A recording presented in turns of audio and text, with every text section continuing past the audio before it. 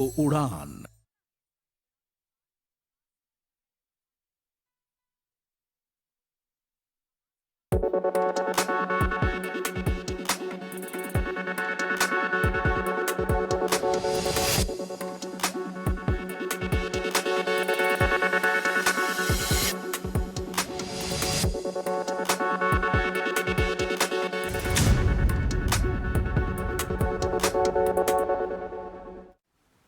नमस्कार, आप देख रहे हैं जन टीवी में प्रीति शर्मा आपके साथ। खबरों को विस्तार से भी जानेंगे, लेकिन शुरुआत करते हैं हेडलाइन के साथ। उत्तराखंड दौरे पर प्रधानमंत्री नरेंद्र मोदी पिथौरागढ़ में पार्वती कुंड में की पूजा अर्चना। बेस कैंप में सेना के अधिकारियों ने किया स्वागत। करीब 4200 करोड़ रुपए की देंगे सौगात। कैबिनेट मंत्री रेखा आर्य ने किया 25 मेधावी बालिकाओं को सम्मानित। 1200 बालिकाओं को बांटे सैनिटरी पैड। 30 महिलाओं को दिए महालक्ष्मी किट।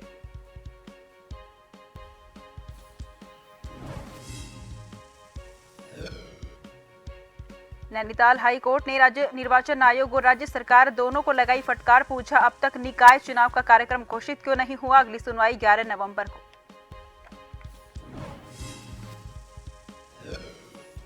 पंद्रह अक्टूबर से पर्यटकों के लिए खोले जाएंगे जिम कॉर्बेट नेशनल पार्क के 2 जोन। अब ढेला और झिरना पार्क के साथ इन दोनों जोन में भी उठा सकते हैं डे सफारी का लुत्फ।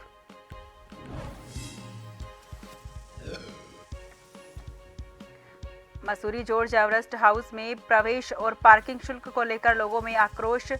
यूकेडी और आप पार्टी कर सकती है बड़ा आंदोलन। संचालक और स्थानीय लोगों ने एसडीएम कार्यालय में की बैठक।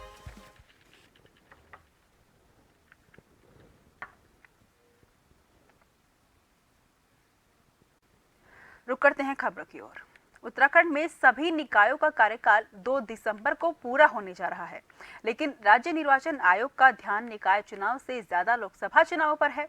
यही कारण है कि नैनीताल हाई कोर्ट ने एक याचिका पर सुनवाई करते हुए राज्य निर्वाचन आयोग और राज्य सरकार दोनों को फटकार लगाई है।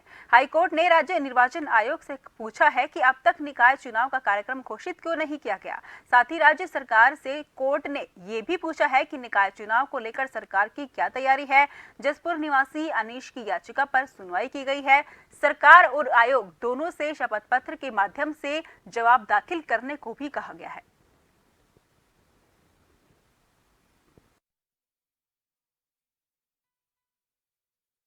उत्तराखंड में म्यूनिसिपैलिटीज़ के जो इलेक्शन थे उनका 5 साल का टर्म जो है 2 दिसंबर 2023 में कंप्लीट होने जा रहा है और भारतीय संविधान के आर्टिकल 243 यू में प्रावधान है कि टर्म खत्म होने से 6 महीने पहले जो है चुनावी प्रक्रिया अगले बोर्ड के गठन के लिए तैयार चालू हो जानी चाहिए सारी नगर पालिकाओं में जहाँ जहाँ ये टर्म खत्म हो रहा है।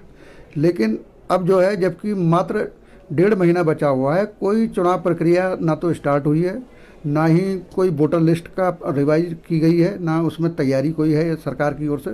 तो हमने उसी के लिए जनहित याचिका दायर की है। कार्यों को 10% और उनके आश्रितों को 10% आरक्षण पर वही विषय है, उसी पे बात हुई कि हम कैसे इसको लागू कर सकते हैं कि जो पूर्व में लोग लगे हैं उनको भी न्याय हो। जो लोग एग्ज़ाम निकाल चुके थे और उनको उसके बाद नियुक्ति नहीं मिली उनको उनके साथ भी न्याय हो। जो आश्रित हैं उनके साथ भी न्याय हो। जो खुद आंदोलनकारी हैं उनकी उम्र जो है बढ़ गई है उनके साथ भी न्याय हो। तो सारे बिंदुओं पर इस पर चर्चा हुई है और कुछ तकनीकी विषय हैं जिसके लिए एक मीटिंग और रखी है। देखिए, सरकार के संज्ञान में और अभी कुछ दिन पहले तमाम नगर निगम और नगर पालिकाओं में जो हमने जो समिति बनाई है जातिगत सीटों के चीज़ों को लेकर के, वो समितियां नगर निगम कोटद्वार में भी गई, नगर निगम ऋषिकेश में भी गई हैं। सभी जगह ओबीसी का निर्धारण हो, जातिगत चीज़ें सीटों का निर्धारण हो, इसके लिए काम चल रहा है और निश्चित रूप से सरकार के संज्ञान में सारी चीज़ें हैं। आने वाले समय पर इसकी भी सही समय पर सही कदम उठाए जाएंगे। आने वाले समय पर नगर निगम के चुनाव को लेकर के सरकार और भारतीय जनता पार्टी की तैयारियां हैं। विश्व प्रसिद्ध जिम कॉर्बेट नेशनल पार्क के 2 जोन बिजरानी और गर्जिया पर्यटन जोन मानसून के बाद 15 अक्टूबर से पर्यटकों के लिए खोल दिए जाएंगे। अब पार्क के ढेला झिरना के साथ ही बिजरानी और गरजिया जोन में भी पर्यटक डे सफारी का लुत्फ उठा सकते हैं। वहीं इस विषय में जानकारी देते हुए कॉर्बेट पार्क के डिप्टी डायरेक्टर दिगांत नायक ने बताया कि 15 अक्टूबर से कॉर्बेट पार्क के 2 पर्यटन जोन डे सफारी के लिए खोले जा रहे हैं, जिसमें बिजरानी और गरजिया पर्यटन जोन शामिल है। उन्होंने बताया कि सफारी के साथ ही 15 नवंबर से शुरू होने वाले रात्रि विश्राम की एडवांस बुकिंग के लिए वेबसाइट खोली जाएगी। दिगांत नायक ने बताया कि पहले दिन 15 अक्टूबर की बुकिंग डे सफारी में पैक हो चुकी है।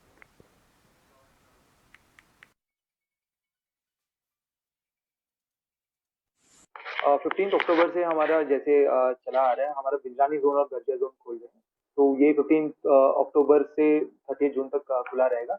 और इसमें बुकिंग्स ऑलरेडी स्टार्ट कर ली है, हमारा नए वेबसाइट पे बुकिंग्स हो रही है, बिजरानी का सारा बुकिंग भी हो गया है 15 अक्टूबर का। और बाकी तो नाइट स्टे जो है वो 15 नवंबर से खुलेंगे। अभी के लिए 15 अक्टूबर के लिए ये ढेला झिरना के साथ बिजरानी और गरजिया भी चलेंगे। 15 अक्टूबर का ऑलरेडी बिजरानी का टिकट्स फुल हो चुके हैं, अभी बाकी का अभी टिकट्स मतलब बुकिंग हो ही रहे हैं।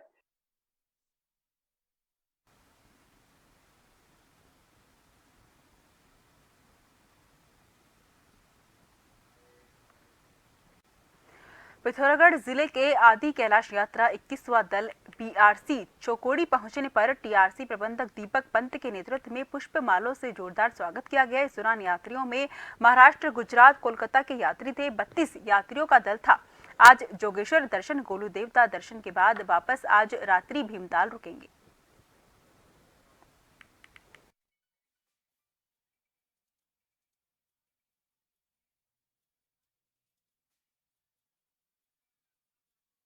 KMBN की आदि कैलाश और ओम पर्वत की 21st बैच में थे, जो 5 अक्टूबर से काठगोदाम से चालू हुई थी। तो उसमें हमें 32 यात्री थे, 32। तो ये KMBN की जो हमें फैसिलिटी मिली सबसे बढ़िया, कोई परेशान नहीं। वक्त के हिसाब से भी चलो इतने बजे हमें 8 बजे यहाँ से निकलना है, तो 8 बजे कम्प्लीटली चालू हुई। शाम को 7 बजे पहुँचना तो पहुँच जाते थे।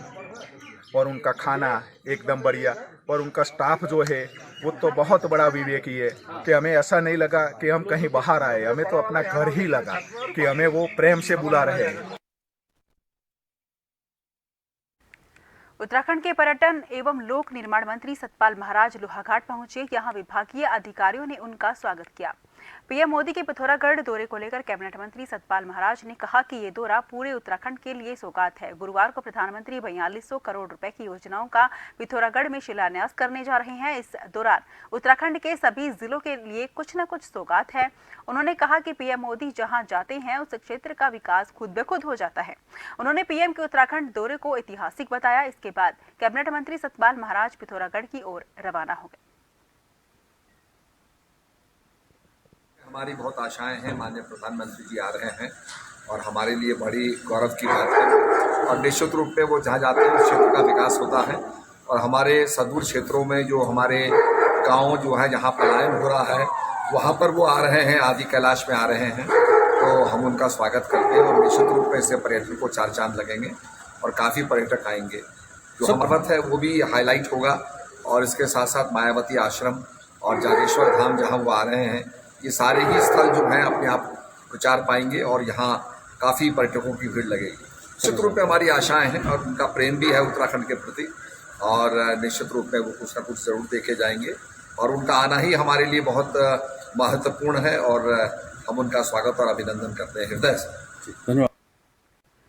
चंपावत जिला मुख्यालय गोरल चोड़ मैदान में 21वीं राज्य स्तरीय विद्यालय फुटबॉल प्रतियोगिता का शुभारंभ हो गया है। इस 4 दिवसीय फुटबॉल प्रतियोगिता में प्रदेश भर की 26 टीमें प्रतिभाग कर रही हैं।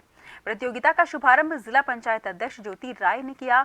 14, 17 और 19 आयु वर्ग में आयोजित इस प्रतियोगिता में पहले दिन खेले गए मुकाबलों में स्पोर्ट्स स्टेडियम देहरादून, पौड़ी उधम सिंह नगर की टीमों द्वारा अपने अपने जीते मैच गए हैं।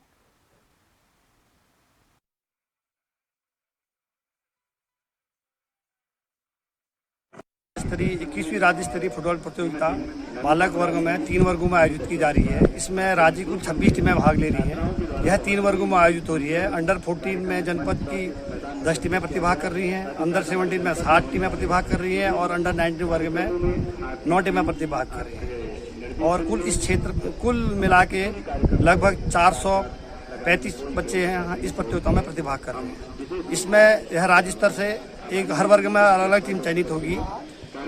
इसके बाद यह चयनित प्रतिभागी राष्ट्रीय प्रतियोगिता में प्रतिभाग करेंगे। यह राष्ट्रीय प्रतियोगिता अंडर 19 वर्ग में जम्मू कश्मीर में और अंडर 17 वर्ग में अंडमान निकोबार में तथा अंडर 17 वर्ग में महाराष्ट्र में, अंडर 14 वर्ग में महाराष्ट्र में आयोजित करेंगे। इन चयनित प्रतिभागियों को राष्ट्रीय स्तर प्रतियोगिता में चयन हेतु यह प्रतियोगिता चंपावत जनपद में आयोजित की जाएगी। मेरी माटी मेरा देश कार्यक्रम के तहत रुड़की नगर निगम में कार्यक्रम का आयोजन किया गया, जिसमें नगर निगम के 40 वार्डों से मिट्टी कलश यात्रा निकाली गई। स्वतंत्रता संग्राम सेनानियों के परिजनों को भी सम्मानित किया गया। इस दौरान कांग्रेस रुड़की महानगर अध्यक्ष ने कहा कि भले ही बीजेपी मेरा देश मेरी माटी मेरा देश कार्यक्रम आयोजित कर रही हो, लेकिन कहीं भी पोस्टर बैनरों देश आजादी दिलाने वाले महान विभूतियों की फोटो तक नहीं है। इससे साफ जाहिर होता है कि ये कार्यक्रम सिर्फ बीजेपी का ही बनकर रह गया है। आज़ादी के अमृत महोत्सव के अंतर्गत मेरी माटी मेरा देश अमृत कलश यात्रा का कार्यक्रम लगातार हर जगह हो रहा है। आज नगर निगम रुड़की में इस कार्यक्रम का आयोजन किया गया है। 40 वार्ड हैं हमारे नगर निगम रुड़की में। 40 वार्डों से मिट्टी लाई गई है 40 कलश में और यहाँ पर लाकर एकत्रित की गई है। सभी वार्ड से सभी पार्षद और सभी सम्मानित नागरिकगण यहाँ पर उपस्थित हैं जो अपने हाथ में अक्षत और मिट्टी लेकर आए हैं और ये मिट्टी यहाँ से राज्य मुख्यालय जाएगी और वहाँ से जब ये मिट्टी दिल्ली अमृत वाटिका जहाँ पर बन रही है, जहाँ मिट्टी एकत्र होगी, वहाँ पर जब जाएगी तो मैं समझता हूँ कि पूरे देश का एकत्रीकरण, पूरे देश में जो जज्बा है, पूरे देश के प्रति जो सम्मान है, वो सभी शहीदों का। विकासखंड बहादुराबाद में हुई बैठक में लगभग 28 विभागों से अधिकारी गण मौजूद रहे। सभी समस्याओं पर विचार किया गया। क्षेत्र पंचायत सदस्य और ग्राम प्रधानों ने अपनी समस्याएं बताई। वहीं ग्राम पंचायत सदस्य और ग्राम प्रधानों ने राष्ट्रीय ग्रामीण पेयजल और खाद्य पूर्ति विभाग पर गंभीर आरोप लगाए हैं। उन्होंने कहा कि पेयजल योजना के चलते जहां पर भी कार्य हुआ है, जगह जगह पर पानी लीकेज से गाँव के अंदर पानी भरने की समस्या बनी रहती है। ब्लॉक प्रमुख महोदय हैं, उनकी अध्यक्षता में आज क्षेत्र पंचायत की बैठक थी। इसमें जनपद स्तरीय अधिकारी भी थे और जो जनप्रतिनिधि थे वो भी थे और अलग एजेंडा वाइज इसमें सब विषयों पे बात हुई। प्रमुख रूप से इसमें जल जीवन मिशन को लेकर के जो बात संज्ञान में आई तो उसमें ये देखा गया कि एक तो संवादहीनता लग रही थी। बहुत सारे कामों की डेडलाइन जो थी, काम नहीं पूरे हुए हैं, उनके रास्ते टूटे हुए हैं या अन्य काम हुए। तो इसके संदर्भ में पूर्व में भी जो एक दिशा की बैठक इसके पूर्व में हो चुकी है, उनके उच्च अधिकारियों के साथ संज्ञान में लाया है और उन्होंने कमिटमेंट किया है कि नवंबर 2023 तक जो रास्ते वगैरह टूटे हैं या जो काम अवशेष बचे हैं इसको कंप्लीट कर लेंगे। इसके साथ जो है खाद्यान्न विभाग की अभी समस्या आई थी कि इसमें राशन कार्ड कुछ लोग हैं जो नहीं बने हुए हैं, जहाँ कैंप की ज़रूरत है, तो उसमें संबंधित विभाग को निर्देशित किया गया है कि वो कैंप इसको आयोजित करके उनकी समस्याओं का निस्तारण करें। और सभी अन्य जो विभागीय योजनाएं हैं उसको भी जिला स्तरीय अधिकारियों को निर्देशित किया गया है कि इसको 15 दिन के अंदर उसका निस्तारण करके संबंधित जनप्रतिनिधियों को अवगत कराएंगे।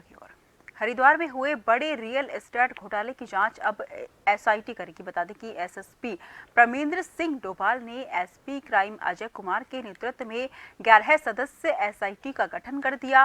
दरअसल हरिद्वार के कई इलाकों में लोगों को सस्ते और अच्छे प्लाट बेचने का सपना दिखाकर ओफ्टागन बिल्डर नाम की कंपनी ने करोड़ों रुपए का घोटाला किया था। मामले में मुख्य आरोपी और उसकी महिला सहयोगी को गिरफ्तार किया जा चुका है। बता दें कि इन दोनों पर 50 से ज्यादा मुकदमे दर्ज हैं।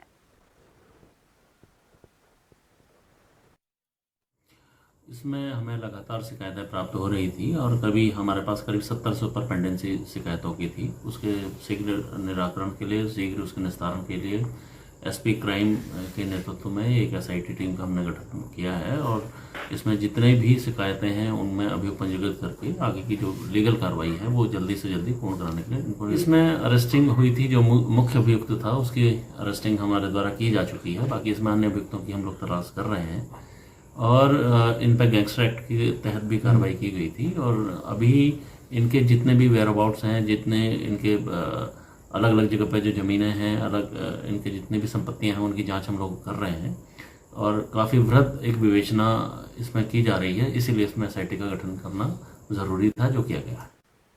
केदारनाथ धाम में हेली सेवाओं की मनमानी लगातार बढ़ती जा रही है, लेकिन शासन प्रशासन से लेकर नागरिक उड्डयन विभाग कंपनियों पर नियंत्रण नहीं लगा पा रही है। ऑनलाइन बुकिंग के बावजूद हेलीकॉप्टर से केदारनाथ दर्शन के लिए लोगों को भारी मुश्किलों का सामना करना पड़ता है।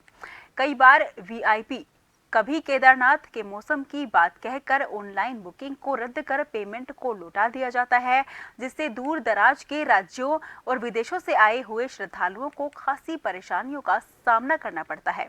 वहीं इस पर देहरादून में सचिव DGCA रविशंकर ने कहा कि टिकट के ऊपर ही सारे रूल एंड रेगुलेशन लिख दिए जाते हैं। साथ ही साथ अकस्मात कैंसिल और पैसे रिफंड की बात भी टिकट में ही लिखा रहता है।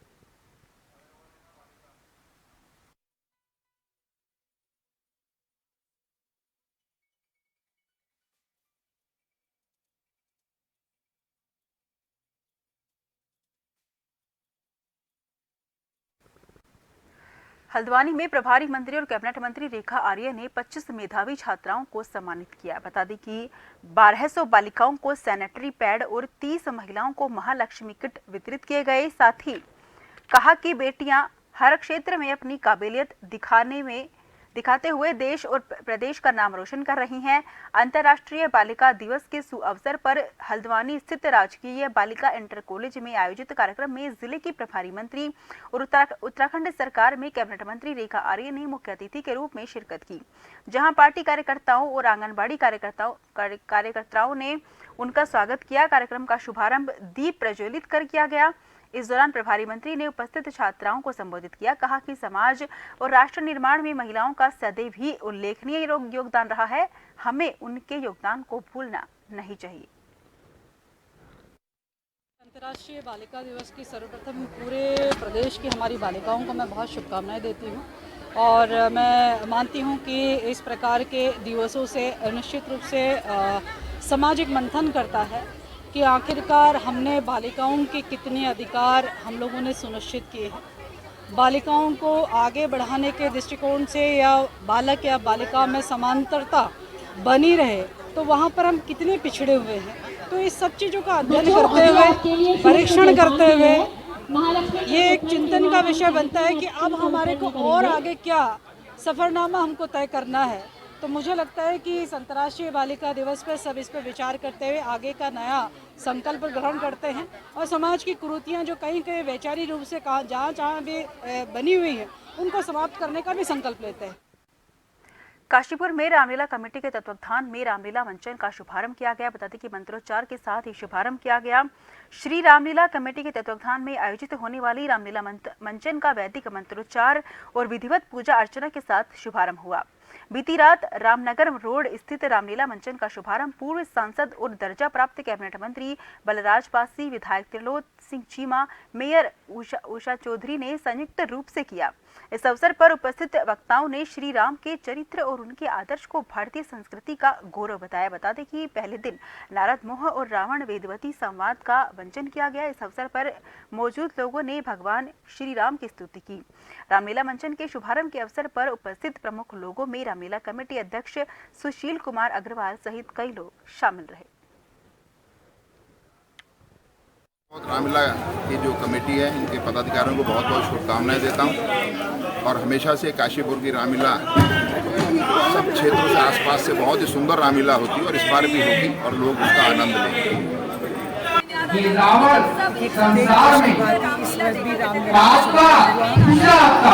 सब हम लोग बड़े हर्षोल्लास से इस शुभारंभ पर आते हैं और निश्चित कहीं न कहीं यहाँ से वो भक्ति, वो राम का परित्याग, वो भाई का प्यार, वो परिवार का स्नेह, मिला का त्याग, सभी चीजें आने वाले उसमें जो मंचन होगा उसमें सभी चीजें दिखाई जाएंगी। तो कहीं न कहीं सभी बातों से कोई हमें शिक्षा प्राप्त करते हैं हम लोग। रामनगर में महिला बीडीसी मेंबर के पिता का शव बरामद हुआ है। बता दें कि रामनगर विकासखंड से महिला बीडीसी मेंबर कविता बिष्ट के पिता गोविंद सिंह फरत्याल का शव गांव से ही कुछ दूरी स्थित सिंचाई नहर में बरामद हुआ है। मृतक के शरीर पर चोट के निशान से प्रथम दृष्टया ये मामला हत्या का प्रतीत हो रहा था। इस मामले में मृतक के पुत्र सौरभ फरत्याल की तहरीर पर पुलिस ने अज्ञात लोगों के खिलाफ हत्या का मामला दर्ज किया था। इस मामले में कोतवाल अरुण कुमार सैनी के नेतृत्व में टीम का गठन के खुलासे के लिए किया गया था। एसपी सिटी ने बताया कि इस मामले में पुलिस टीम ने मृतक के कपड़े, टॉर्च और मोबाइल फोन भी बरामद कर लिया है। उन्होंने बताया कि इस मामले में पुलिस टीम को एसपी ने 2500 रुपए का इनाम देने की भी घोषणा की थी।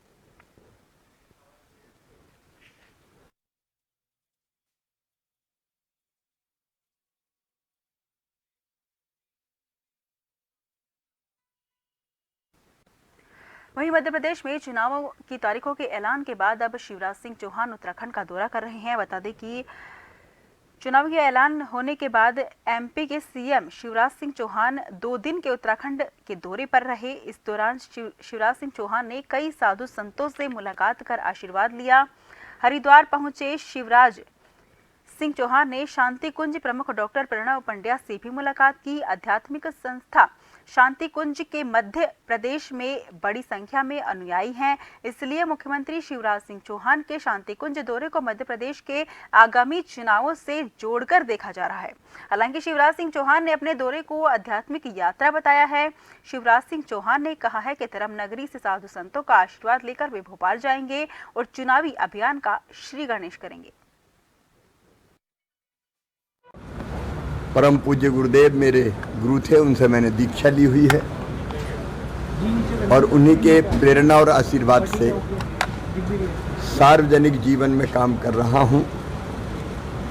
यहां से जाने के पश्चात मैं सीधे भोपाल जाऊंगा और आज से चुनाव अभियान का श्री गणेश करूंगा।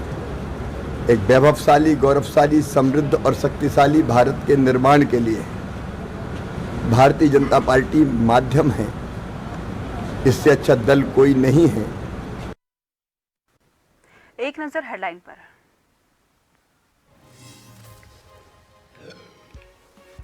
उत्तराखंड दौरे पर प्रधानमंत्री नरेंद्र मोदी पिथौरागढ़ में पार्वती कुंड में की पूजा अर्चना। बेस कैंप में सेना के अधिकारियों ने किया स्वागत। करीब 4200 करोड़ रुपए की देंगे सौगात। कैबिनेट मंत्री रेखा आर्य ने किया 25 मेधावी बालिकाओं को सम्मानित। 1200 बालिकाओं को बांटे सैनिटरी पैड, 30 महिलाओं को दिए महालक्ष्मी किट।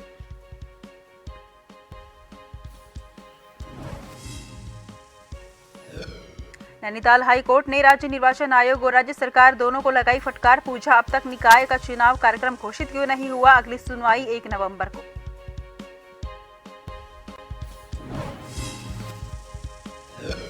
पंद्रह अक्टूबर से पर्यटकों के लिए खोले जाएंगे जिम कॉर्बेट नेशनल पार्क के 2 जोन। अब ढेला और झिरना पार्क के साथ इन दोनों जोन में भी उठा सकते हैं डे सफारी का लुत्फ।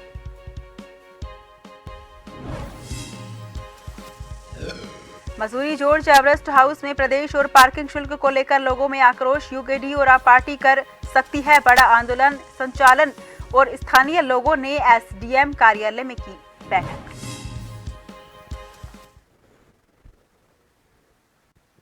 फिलहाल के लिए मुझे दीजिए इजाजत। देश भर की तमाम खबरों के लिए आप लगातार देखते रहिए जन टीवी, क्योंकि हम हैं जन जन की आवाज।